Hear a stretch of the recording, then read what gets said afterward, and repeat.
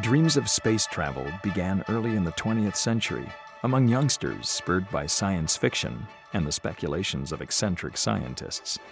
Some of those young people formed clubs to build their own rockets, and every successful launch pushed their imagination and ingenuity further.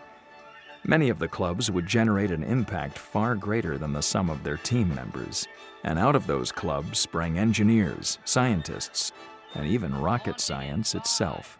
4, 3, 2, 1.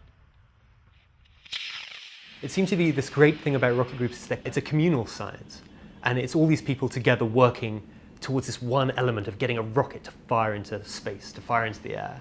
My brother and I used to go out and shoot the little Estes rockets. We didn't have quite as sophisticated a layout as we have on here, so usually the rocket firing was pretty easy. It was retrieving them from trees and power lines where things inevitably got tangled up on the way coming down. We were just normal teenagers, if you can call a teenager normal, who lives in a coal camp in West Virginia.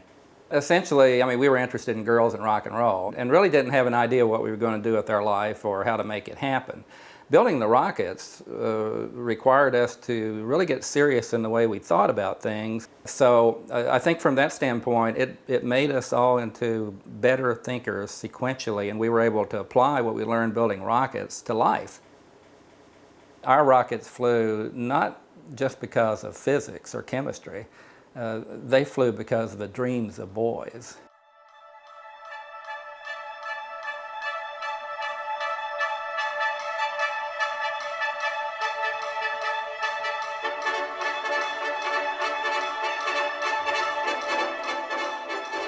I don't think any of us thought of it as a step toward advancing the science of rocketry, but we were doing it because we had a ball doing it. We had much fun doing it. Our water rocket was a gross exaggeration of the kids' toy water rocket, which was current at the time. Whereas the kids' toy used an air pressure of maybe about 50 pounds and a few ounces of water, our monster used 2,000 pounds per square inch of nitrogen and about a half a gallon of water. And so it was quite a formidable device, as you can see.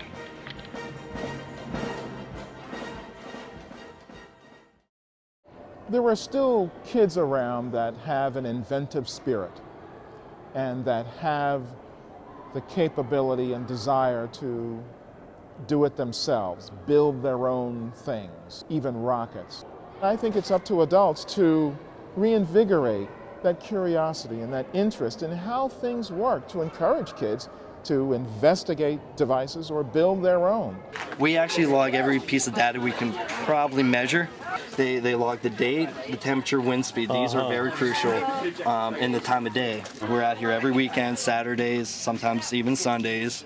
We're launching for 5-6 hours. Every year we send about 4 to 5 teams down to nationals. We qualify that many, so it's amazing where it's going, and it's all their hard work.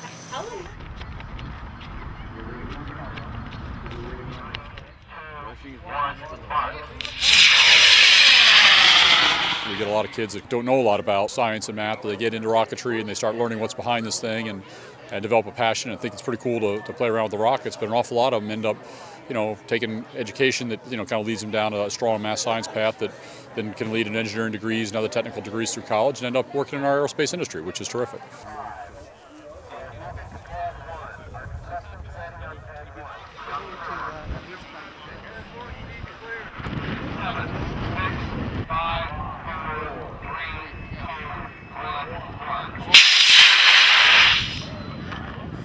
We scored 3 points. Yeah, it was very good. Terrific. One of the best flights we've done all year, and we happened to do it today. Without further ado, I want to introduce the winning team, the Penn Manor High School. I want to congratulate you and say that we are looking forward to having you as our guests at the Farnborough International Air Show just north of London this summer. So congratulations.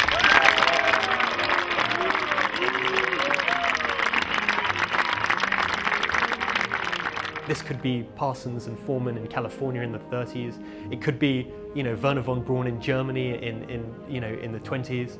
It's there's just something about it, this communal science. I think that's really it. Yeah.